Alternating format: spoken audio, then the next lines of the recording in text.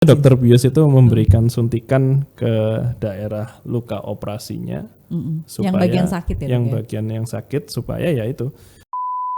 ERAX ini bukan berarti kita ingin memobilisasi pikiran orang-orang bahwa nggak usah lahiran normal, lahiran ERAX saja, nggak nyeri gitu ya, nggak cepet, nggak nyeri, nggak kayak dulu, sama kayak lahiran normal 1 hari bisa pulang, kadang-kadang seperti itu ya. Kita nggak ingin seperti itu pandangannya. Jadi apapun itu, persalinan yang paling baik adalah persalinan normal ya. Okay.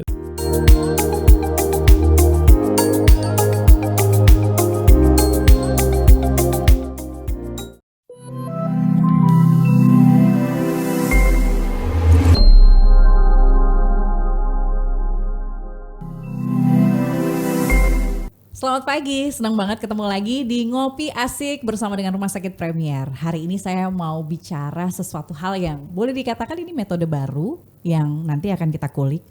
Jadi kalau misalnya operasi sesar biasanya sahabat asik di Rumah Sakit Premier atau sahabat Ngopi Asik di Rumah Sakit Premier ini punya pengalaman yang mungkin gak enak. Nah, yang satu yang saya catat, pasien itu berhak gak sakit.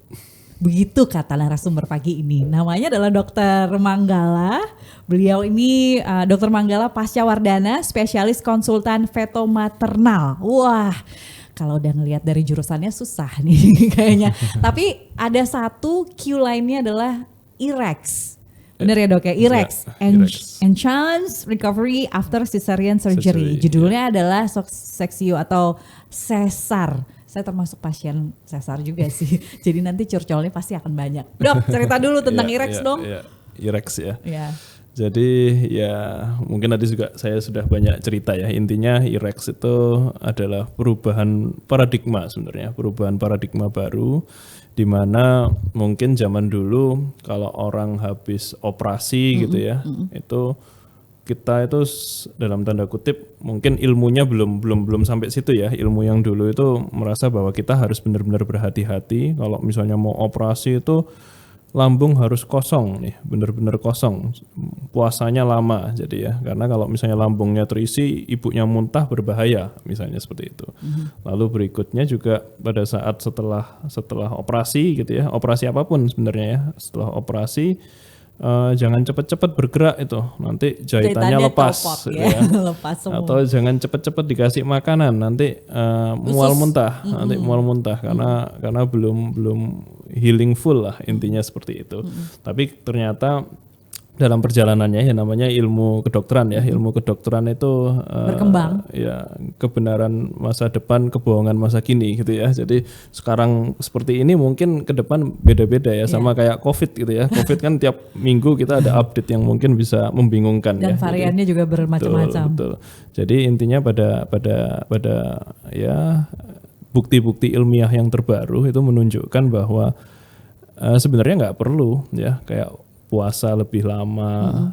Jadi puasa sekarang kalau yang metode IREX itu kita benar-benar menyingkat ya. Jadi pas pada saat mau persalinan aja. Ya, jadi sampai 2 jam sebelum lahiran itu masih boleh minum gitu. Nggak boleh makan ya. Mungkin 12 jam nggak boleh makan, 12 jam sampai 2 jam sebelum lahiran itu masih boleh minum. Jadi ibunya nggak bahkan minumnya itu minum yang manis ya. Tenaga ya. Jadi zaman dulu mungkin orang mau sesar, aduh saya lapar nih ya dan lain sebagainya. Telur ayam kampung dok. Sekarang ini nggak seperti itu. Jadi harapannya dia nggak merasakan lapar pada waktu dia mau operasi dan tenaganya full untuk healing ya. Jadi ternyata kalau misalnya puasa terlalu lama itu healingnya juga nggak bagus. Healing dari luka operasinya itu juga nggak bagus. Karena kondisi kita energinya juga kurang ya dok ya. Betul. Apapun itu kalau energinya tetap terjaga stabil, tentunya penyembuhan akan bagus ya. Nah, setelah lahiran pun juga sama. Intinya setelah operasi ya, bukan setelah lahiran saya ngomongnya. Setelah operasi juga sama, nggak perlu lama-lama berpuasa ya kayak sekarang gitu ya. Jadi cukup. Yang penting bahkan setelah operasi pun kadang-kadang ada beberapa yang langsung memberikan minuman dan ada juga yang memakai metode mengunyah permen karet gitu supaya dia lebih cepat kembali dan begitu sudah ditolerir ya dia bisa langsung makan. Aktivitas pun juga dipercepat ya. Tapi bukan berarti ini dipercepat nanti berbahaya, enggak. Ternyata bukti-bukti ilmiah menunjukkan bahwa itu akan lebih bagus untuk penyembuhan dan ibunya juga lebih cepat bisa merawat anaknya ya. Kalau zaman dulu itu pertama kali IREX ini sebenarnya untuk operasi usus ya, operasi kolorektal namanya IRES ya, bukan IREX. IREX itu kan ada sesariannya. IRES itu after surgery aja. Jadi semua surgery sebenarnya. Tapi kalau hamil ini saya rasa malah lebih penting ya. Karena kenapa? Kalau orang yang lain itu kan orang sakit disembuhkan ya. Tapi kalau orang hamil itu kan bukan orang sakit ya. Orang yang ingin bahagia, orang yang ingin menggendong anaknya lebih cepat, nyusui anaknya, kalau perlu foto-fotoan, apalagi zaman sekarang TikTokan gitu ya. Jadi dokternya. Jadi ya seperti tagline tadi. Kalau bisa jangan nyeri. Kalau bisa jangan sakit, itu hak kita. Aduh, langsung kepengen brojol. Dok, tapi sebenarnya kalau misalnya kita ngelihat IREX kan tadi dokter sempat menyinggung metodenya. Sama yang lampau, bedanya apa, Dok? Jadi sebenarnya paradigmanya itu nggak murni semuanya dipegang oleh dokter obgyn ya. Dokter obgyn itu hanya memegang bagian sedikit aja pada saat operasi, tapi lebih ke paradigma secara tim. Jadi tim, cara kerja semuanya harus dirubah ya. Seperti apa? Ya contohnya kalau zaman dulu mungkin perawatnya santai-santai aja, disuruh puasa kasih jam gitu ya, jam 12 mulai puasa gitu ya. Sekarang nggak seperti itu karena kita harus mengelola ibunya lebih dekat lah ya. Jadi nutrisinya diatur sampai 2 jam. Bahkan setelah persalinan, setelah operasi pun juga yang dulunya udah santai-santai aja. Nanti nunggu besok kateternya dilepas, nunggu besok mulai makan dan lain sebagainya. Sekarang kasih anti nyerinya, ibu istirahat aja gitu ya. Sekarang nggak seperti itu. Jadi nutrisionisnya itu juga harus noto makanannya, perawatnya juga harus aktif untuk ngajarin ayo ibu mobilisasi, karena kadang-kadang 6 jam sudah mulai latihan gerak dan 12 jam pertama kateter udah lepas, dia sudah bisa jalan sendiri ke kamar mandi. Besoknya sudah boleh pulang gitu ya. Dok, beneran sesar itu sakit loh. Nah, ya jadi prinsipnya itu sehingga itu memang perlu pengelolaan yang bersama-sama ya. Si IREX itu adalah metode itu ya? Ya, metode itu. Selain itu kan dari sisi garis besarnya ya. Yang lebih detail lagi ya dokter anestesi sama dokter obgyn juga tetap harus bekerja sama di sana karena kalau zaman dulu mungkin dokter anestesi akan approach memberikan anti nyerinya itu untuk 24 jam pasca operasi. Kalau ini enggak, kita anti nyerinya itu akan dipercepat memberikannya dan lain sebagainya. Kenapa supaya pada saat periode dia mulai bergerak jangan sampai dia terasa nyeri. Kalau misalnya dia terasa nyeri, tentunya bergeraknya juga jadi malas dan mobilisasinya jadi lambat. Jadi mengadjust anti nyeri itu yang mungkin krusial juga dari sisi dokter biusnya.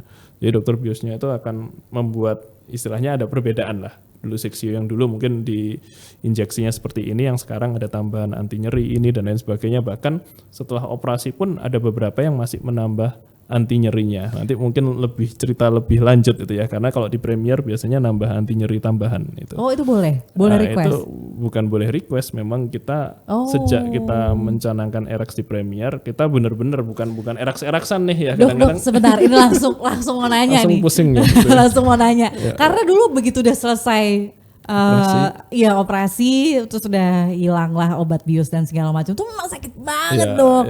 Nah tadi dokter sempat menyebutkan bahwa ada anti nyeri. Apakah itu mengurangi rasa sakit yang dirasakan itu?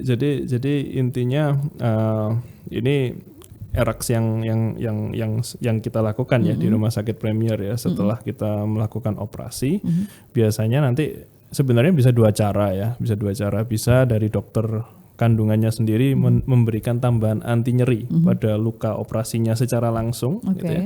Atau dokter anestesi biasanya namanya tabblok ya. Nanti kalau dijelaskan bisa lulus kedokteran nanti ya. Jadi intinya dokter bius itu memberikan suntikan ke daerah luka operasinya supaya yang bagian sakit ya. Bagian yang sakit supaya ya itu pada saat dia waktunya mulai bergerak masih ada anti nyerinya. Kan, ini ingat soalnya itu kan jahitan masih basah. bahaya nggak sih dok? Karena kan ya saya memang besoknya juga baru bergerak gitu. Ini kan udah less than 6 jam kan udah bisa melakukan mobilitas. Selama semuanya dilakukan secara appropriate ya, teknik jahitan semuanya dilakukan secara standar. Nggak seringkih itu jahitan sebenarnya ya. Apakah di IREX ini juga beda dengan teknik konvensional sesar juga? Tadi mungkin saya jelaskan masalah dokter biusnya. Kalau dokter obginnya sebenarnya nggak terlalu banyak.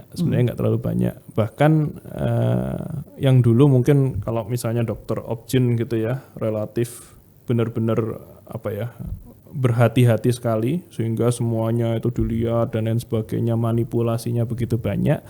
Untuk ERAX ini memang kita harus cenderung meminimalkan manipulasi, terutama pada rahimnya ya. Karena kalau kita memanipulasi berlebihan, ibunya mual muntah. Mual muntah itu menambah rangsangan nyeri dan lain sebagainya. Jadi kita nggak mau seperti itu. Jadi yang kita lakukan adalah se-appropriate mungkin lah ya. Jadi nggak berlebihan, secukupnya. Yang penting adalah aman, jadi itu paling penting ya, faktor patient safety itu penting. Jadi kalau kita melakukan penelitian, jangan sampai mengorbankan patient safety. Jadi plus-plusnya itu baru kita pikirkan setelah pasti aman. Jadi hampir sama kayak teori dokter ya sebenarnya, benefitnya sama kerugiannya juga mesti harus dihitung juga ya dok ya. Betul sekali. Betul. Nah kemudian kalau misalnya sahabat Ngopi Asik kepengen nih, udah menghitung due date-nya kapan. Dan itu kan biasanya dengan kondisi ya dok, kadang ada yang memang pro persalinan normal, ada yang dengan kondisi tertentu terpaksa memang harus sesar. Persiapannya dok apa aja?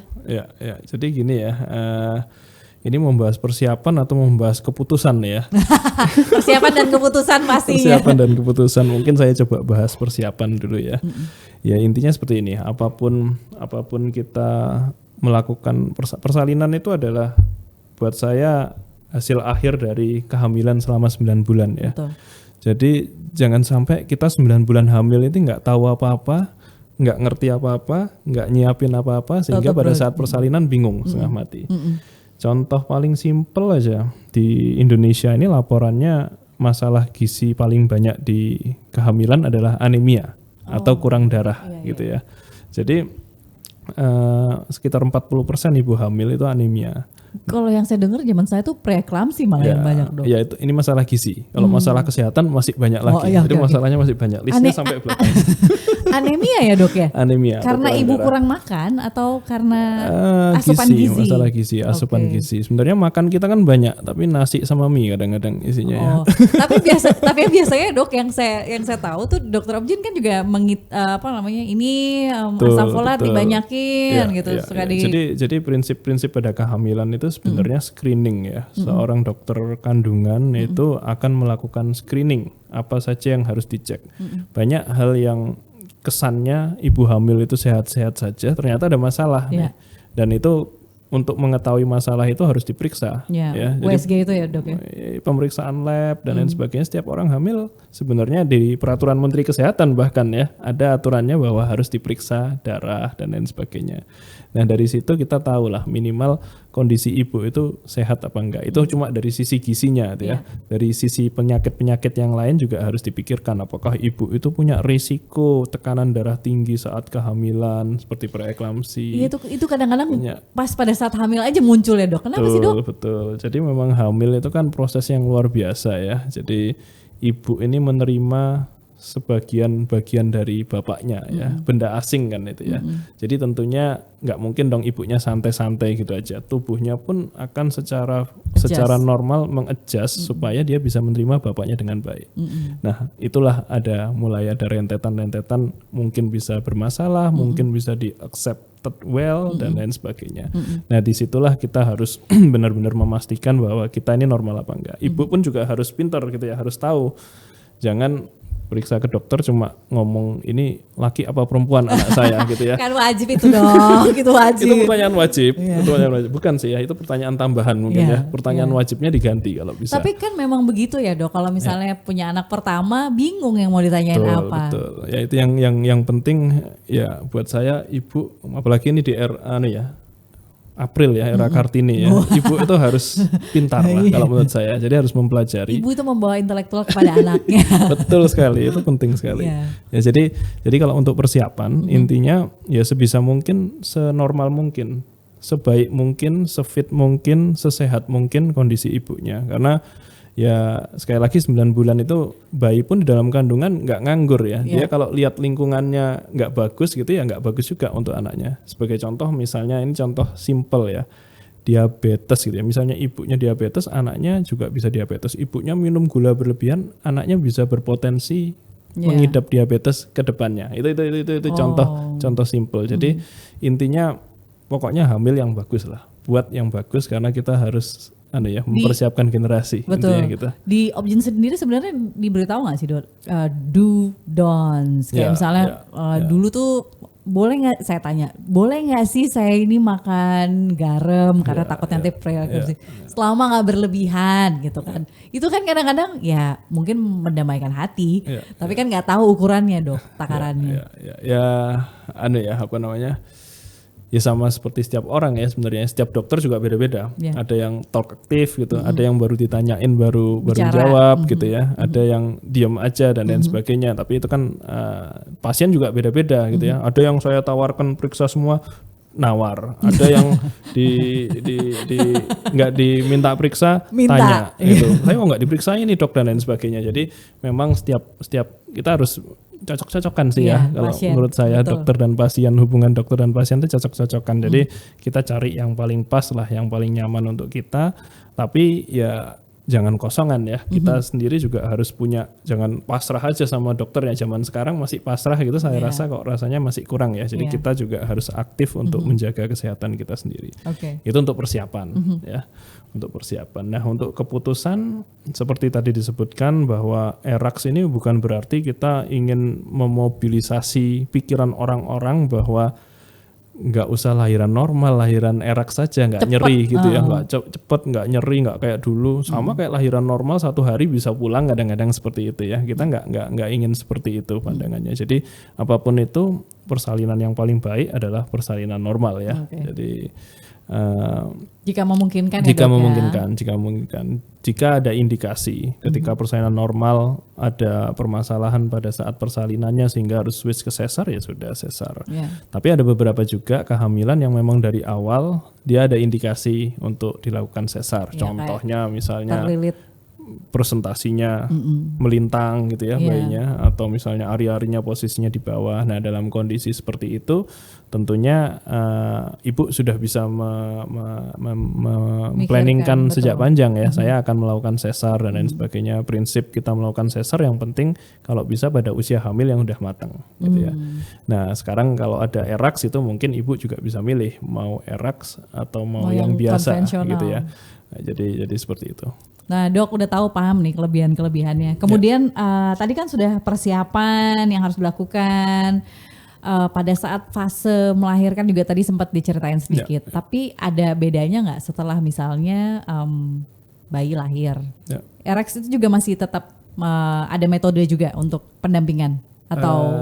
Iya, jadi prinsipnya kan secepat mungkin ya. Jadi kalau bisa inisiasi menyusui dini itu juga dilakukan. Oh tetap ya dok ya? Iya, tetap justru pentingnya di sana ya. Bahkan Pro-ASI ya, Pro-ASI yang paling baik. Pokoknya intinya segala sesuatu yang normal itu yang paling bagus lah ya. Jadi sedini mungkin didekatkan dengan payudara ibunya untuk inisiasi menyusui dini ya. Bukan untuk langsung menyusui gitu ya, nggak mungkin, bisa juga kadang-kadang di awal gitu ya. Dia harus nyari dulu dan lain sebagainya, betul.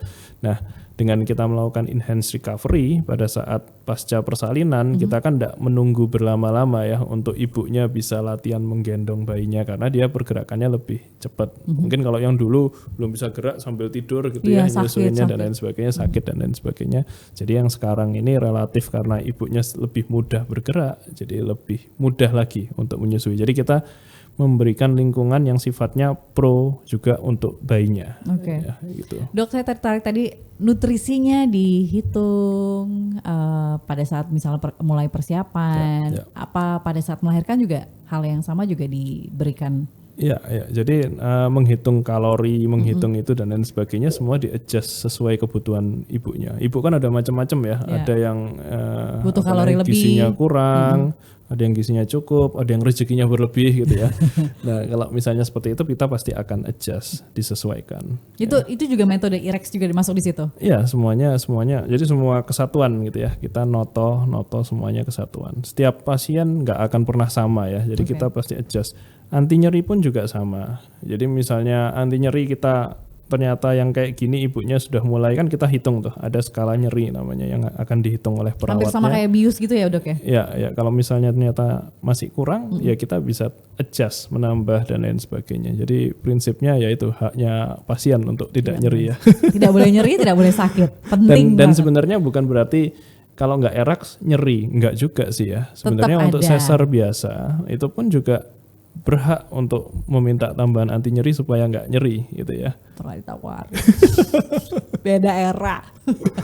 Dok, tapi IREX saya baru dengar sekarang sih. Ya. Nah, kita tadi udah dokter udah memberikan gambaran. Kasih tips juga dong dok untuk yang mau metode ini di Rumah Sakit Premier. Tadi kan sudah persiapannya udah dilakukan, penting minimal kita tahu pada saat 9 bulan tuh mesti harus ngapain. Nah, kalau untuk ngambil metode IREX-nya sendiri. Ya, jadi ya kalau persiapan sih secara umum ya sama ya seperti yang tadi saya sebutkan lah. Jadi intinya ya kontrol rutin ke dokternya, tanya saya ini oke apa enggak, normal apa enggak, bisa enggak melakukan metode ini, bayi seperti apa dan lain sebagainya. Itu kalau bisa didiskusikan dengan baik ya. Jadi pada prinsipnya masuk hamil dalam kondisi baik, masuk ke tahap persalinan juga masuk ke tahap persalinan dalam kondisi yang baik. Jadi seoptimal mungkin kita mengerjakan itu, maka keberhasilan untuk ERAX pun juga akan semakin meningkat. Intinya seperti itu. Kayak psikis kadang-kadang kita juga harus mulai diskusi ya sama ibunya. Ibu nanti yang akan ibu hadapin setelah lahiran kayak gini dan lain sebagainya. Ya. Jadi kadang-kadang kalau misalnya ibu itu nggak siap gitu ya, mungkin kalau ibunya belajar gitu dokternya santai gitu ya, ibunya udah siap gitu ya. Tapi ada beberapa yang ibunya mungkin nggak siap, bingung, tanya terus gitu ya. Ya dokternya mungkin harus menjelaskan lebih lanjut apa yang akan dirasakan, apa yang harus disiapkan dan lain sebagainya.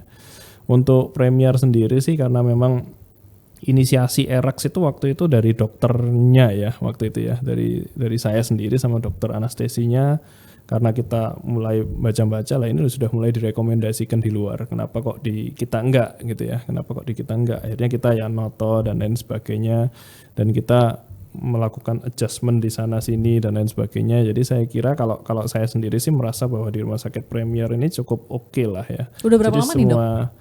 Udah berapa lama ya, lupa saya ya. Semua layer itu dilakukan lah, anti nyeri ini, dan dokter anestesi di sana juga bisa melakukan pembiusan yang nambah di perut itu, yang namanya tablok itu saya kira cukup bagus juga ya. Jadi intinya semua kita lakukan lah semaksimal mungkin supaya baik untuk ibunya. Oke, nah dok ada beberapa yang tablok lah dan anti nyeri. Ada kontraindikasi nggak ke ibu? Ya, untuk tindakan itu secara umum enggak ada sih ya. Cuma ya tetap kita harus lihat case per case ya. Contoh misalnya saya menghadapi, karena saya kedokteran fitomaternal ya, kadang-kadang saya dapat rujukan kasus-kasus yang cukup berat ya. Misalnya contohnya ibunya ada permasalahan preeklamsi gitu ya, tekanan darah tinggi dalam kehamilan yang disertai komplikasi macam-macam tuh misalnya. Karena preeklamsi itu kan sebenarnya tekanan darah tinggi, tapi dia merusak organ gitu ya. Nah kalau preeklamsinya itu berlama-lama kadang-kadang organ ada yang bermasalah gitu. Contohnya misalnya penumpukan cairan di paru-paru atau edema paru, bisa aja kayak gitu dan lain sebagainya. Dalam keadaan hamil ya dok? Dalam keadaan hamil. Nah dalam kondisi kayak gitu ibunya misalnya atau keluarganya minta ERAX, mungkin kita ngomong terlalu berbahaya kalau kita melakukan ERAX pada ibu. Karena yang kita lakukan lebih ke life saving dulu dan lain sebagainya. Ya seperti saya sebutkan tadi, pokoknya apapun itu kita harus patient safety dulu. Kalau safety-nya aman, barulah kita mikirkan hal yang lainnya yang mungkin bisa menjadi tambahan. Jadi nggak semuanya bisa, tapi mayoritas sih semuanya bisa ya. Contohnya misalnya kondisi emergency gitu ya. kayak tadi diceritakan macet gitu ya, habis itu berubah sesar, mau erax bisa aja sih ya, tapi mungkin nggak seoptimal kalau yang masuknya dari awal dan lain sebagainya, karena kan mereka ngejust nutrisinya dan lain sebagainya. Kalau emergency kan nggak bisa ditunda atau diganjel dulu, tolong diganjel dulu jangan keluar dulu gitu ya, kan nggak bisa. Jadi ada beberapa adjustment dan lain sebagainya. Intinya nggak sama sih semua pasien, tapi secara umum bisa sih dilakukan.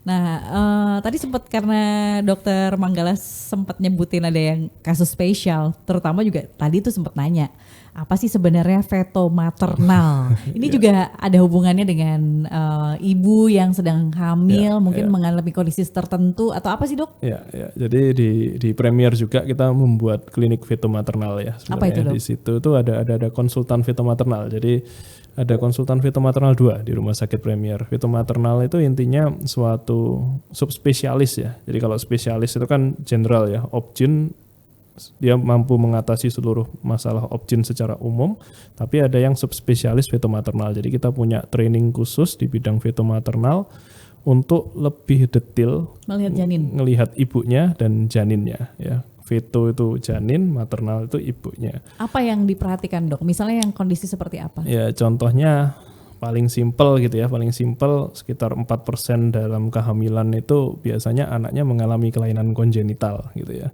Untuk dokter feto maternal biasanya bisa mengerjakan screening feto maternal. Jadi untuk ibu-ibu hamil yang pada pertengahan trimester kita benar-benar evaluasi detail per slice gitu ya, dari struktur bayinya, apakah ada problem apa enggak. Karena lumayan sih sebenarnya 4% itu lumayan. Kalau yang enggak kena ya enggak apa-apa, tapi kena misalnya kita bisa mendeteksi lebih cepat, kadang-kadang kita bisa memutuskan lebih tepat gitu ya. Seperti apa dok? Memutuskan lebih tepat itu tentunya misalnya nih contohnya ada kelainan gitu ya. Ada kelainan, dokter feto maternalnya akan menentukan nih kelainannya ini dapat dikoreksi apa enggak. Kalau dapat dikoreksi akan menentukan lagi dikoreksinya ini bisa sejak dalam kandungan atau menunggu setelah lahiran. Jadi banyak sekali sebenarnya yang bisa dikerjakan, bisa dikoreksi. Contohnya misalnya kelainan jantung nih, kelainan jantung harus dikoreksi di luar persalinan ya, di luar kelahiran ya. Tapi kalau misalnya kita nggak mendeteksi, kita telat mendeteksi kelainan jantung itu sehingga anaknya sudah besar, udah gagal jantung baru dia dikoreksi, tentunya akan bermasalah. Tapi kalau kita bisa mendeteksi lebih dini, pada saat persalinan kita bisa nyiapkan nih, meng-arrange nih. Ayo nanti ada dokter anak, ada dokter jantung anak, nanti langsung dievaluasi, kalau perlu penanganan segera, langsung segera dan lain sebagainya. Di Premier sendiri kita beberapa mengerjakan contohnya misalnya kelainan sekat dada dan perut gitu ya, ususnya naik ke atas gitu ya. Jadi sehingga kita tata laksana setelah lahir harus dilakukan A, B, C untuk anaknya, besok langsung operasi anaknya. Jadi itu yang kasus yang cukup ekstrim ya. Tapi dengan seperti itu ya angka keberhasilannya memang bagus ya. Dan tapi memang itu standar di luar negeri, memang itu sudah standar. Ya. Nah, yang mungkin agak menjadi ganjalan bagi orang-orang adalah, aduh ngapain sih dok cek kayak gitu, nanti kalau bermasalah pusing kita nggak bisa apa-apa gitu ya. Takut. Nah memang ada beberapa yang kita nggak bisa ngapa-ngapain, tapi itu menurut saya lebih bagus daripada ibu itu taunya pada saat lahiran gitu ya. Waktu lahiran dia ngundang semuanya gitu ya, ini mau lahiran dan lain sebagainya. Akhirnya keluar lahir seperti itu kadang-kadang malah menjadi ejekan dari beberapa orang gitu ya, kadang-kadang ya kalau misalnya seperti itu. Down juga ya dok. Betul, dan itu bisa mengganggu mental dan lain sebagainya. Jadi intinya kita persiapan, jangan takut untuk bermasalah ya. Kita periksa ini tujuannya bukan untuk lihat yang bermasalah, ingin memastikan ibu dan janinnya itu dalam kondisi sehat apa enggak. Dok, mulai kapan biasanya kalau kelainan itu ketahuan? Dia trimester kedua? 3. Kalau misalnya untuk kelainan janin gitu ya, yang wajib kita evaluasi itu pada saat pertengahan trimester ya, di sekitar 20 sampai 24 minggu itu kita bisa ngecek organnya lengkap dari atas ke bawah. Ini yang 4D itu ya dok? Iya, kita sebenarnya nggak ngomong 4D ya. 4D itu sebenarnya cuma metode aja, Mbak. Jadi misalnya contohnya USG gitu ya, saya ngelihat otak gitu, cairan otak justru pakai 2D. Ya, 3D itu saya bisa lihat mukanya gitu ya, tapi kan mukanya aja nggak bisa lihat kelainan gitu ya, nggak bisa lihat dalamnya. Justru mayoritas evaluasi deteksi kelainan janin itu kita kerjakan secara 2D. Jadi saya kalau kita ke Singapura gitu dok saya minta USG 4D, mungkin orang Singapura nggak ada yang tahu ya. Yang mereka tahu adalah USG screening fetomaternal, USG screening anatomi janin, itu yang mereka tahu. Jadi mayoritas kelainan bisa dilihat pada usia hamil seperti itu. Ada yang lebih dini lagi pada saat usia hamil trimester 1, 12-14 minggu. Tapi screening itu biasanya lebih ditujukan untuk evaluasi kelainan kromosom, contohnya Down syndrome dan lain sebagainya. Banyak ya ternyata ya. Dok, tapi apakah semua dokter obgyn begini dok? Tertentu kan? Berarti harus yang pertama adalah harus rumah sakit tertentu juga, dokternya juga harus tertentu juga karena tadi spesialis konsultan. Jadi ya seperti saya sebutkan tadi, sebenarnya yang bermasalah itu kan proporsinya sedikit ya. Kalau semuanya dikerjakan oleh dokter fetomaternal, mungkin saya kerjanya 8 hari dalam seminggu gitu ya. Jadi 24 jam. Jadi tentunya dokter kandungan saya kira semuanya sudah paham. Mereka akan melihat secara umum lah ya, secara umum ada masalah apa enggak. Dan saya sendiri juga menerima rujukan dari dokter kandungan. Jadi SPOG kalau misalnya dia curiga ada sesuatu, minta konfirmasi ke saya dan lain sebagainya. Jadi yang penting kadang-kadang ya yang misleading itu kalau kita lihat mukanya bayi, lihat laki perempuan itu sudah merasa bahwa anak saya sehat. Jadi jangan lupa bahwa ya pastikan semuanya. Saya itu sehat, anak saya sehat, betul. Baru nanti tambahannya anak saya laki perempuan, mirip bapaknya, mirip ibunya atau mirip yang lainnya gitu ya terserah lah. Dokter Manggala yang terakhir tips untuk IREX pastinya yang ada di Rumah Sakit Premier dan bagaimana seorang ibu harusnya bersiap kalau misalnya mau ngambil metode ini. Ya, jadi ya ini sesuatu yang baru ya. Mungkin dalam tahun ini cukup banyak sekali edukasi tentang ERAX dan lain sebagainya. Cuma kita harus berhati-hati ya, buat saya sih yang dilakukan di Rumah Sakit Premier ini kita mengenhance semuanya lah ya, Jadi ibu itu tentunya yang terbaik adalah persalinan normal. Kalau bisa persalinan normal ya sebisa mungkin persalinan normal ya. Tapi kalau misalnya ternyata si ibu itu memerlukan persalinan sesar, kalau di Rumah Sakit Premier sendiri kita sudah kita sudah mengikuti evidence base terbaru lah ya. Kita mengikuti evidence base terbaru di mana kita ingin enhance dari recovery ibunya. Jadi harapannya adalah ibu-ibu itu kalau sesar pun jangan takut gitu ya. Kadang-kadang ada yang ngotot pengen normal, saya takut sesar gitu ya. Akhirnya jadinya terlambat keputusannya. Nah sekarang mungkin tidak perlu setakut itu karena kita berusaha membuat ya semua persalinan ini pengalamannya positif gitu ya. Pengalamannya untuk positif, tidak harus sakit karena pasien tidak berhak untuk sakit. Jadi cariin dokter Manggala aja. Dokter Manggala maksud saya. Oke, dokter Manggala terima kasih. Ini insightful banget karena sudah merubah konsep saya terutama secara pribadi. Biasanya sesar keluar pasti sakit sebulan, harus menahan dan segala macam, apalagi punya metode yang bagus banget di Rumah Sakit Premier dan juga sudah dibagikan oleh teman-teman dan sahabat Ngopi Asik. Terima kasih sekali lagi. Sama-sama. Untuk ketemu lagi di episode berikutnya tentunya dengan topik yang berbeda. Thank you.